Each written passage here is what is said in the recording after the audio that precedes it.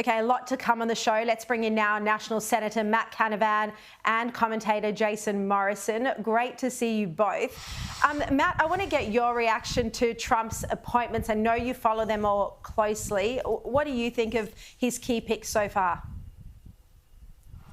Well, it's definitely shaking things up, Sharri, and I think you've summed it up well. That when you set off a whirlwind, you know it's going to come back at you, and that's what's happened here. I think. Look, I'm happy to give everybody a go. I think there's obviously a big mess to clean up over there. It's been a shocking 4 years in the United States on the economic front, on the geopolitical front, and yes, on the lawfare front as well. I've spoken in Parliament myself how I am very saddened to see what are in effect political prisoners in the US, in the likes of Peter Navarro and Steve Bannon, who are fortunately now released from jail. Certainly many of the people that went away for walking through the Capitol building on January 6th seem hard to explain too. There were some that were engaged in violent and destructive conduct, and they seemingly deserved to be sanctioned, but others just seemingly walked in, and you've got grandmas and others being chased down, raided, locked up. It's just remarkable. So I'm happy to give all of these guys a go to clean up this mess. I hope it doesn't end up in a spiral of political tit-for-tat in the United States, because we need a stable United States as a strong partner in our region. Let's hope they can clean it up. Yeah, Jason, there will be the temptation to seek revenge through the courts on some of their political enemies, and you know, where it's justified, sure, where there's a strong case for it. But if not, wouldn't it be more sensible to try remove politics from the justice system, like in Australia? Yeah, something that Americans would be shocked that someone wouldn't go into politics for revenge.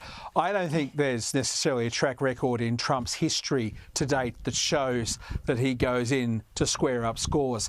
In fact, I mean, as much as he should, because, God, they went after him. The temptation will be there, and probably people in the administration will be saying, go do it. But you've got to hit a reset button, because people voted for a reset button. And I think that's what's so interesting about these selections, is that we didn't vote for the same old in America, if I can use the collective we. People over there, they voted for a change. They voted for a different way. It was in all the ads, you know, vote for President Trump for a different way, a different approach. A different way is not doing what everyone's always done. And as much as it's really easy for, you know, a lot of the clowns that you just showed in those clips there that were criticising Trump's decisions and his appointments, the American people wanted that reset button hit, and they wanted patriots, and they wanted people who actually were prepared to challenge the assumptions to come back. So, you know, to answer your question specifically, I really hope that they don't go and seek revenge.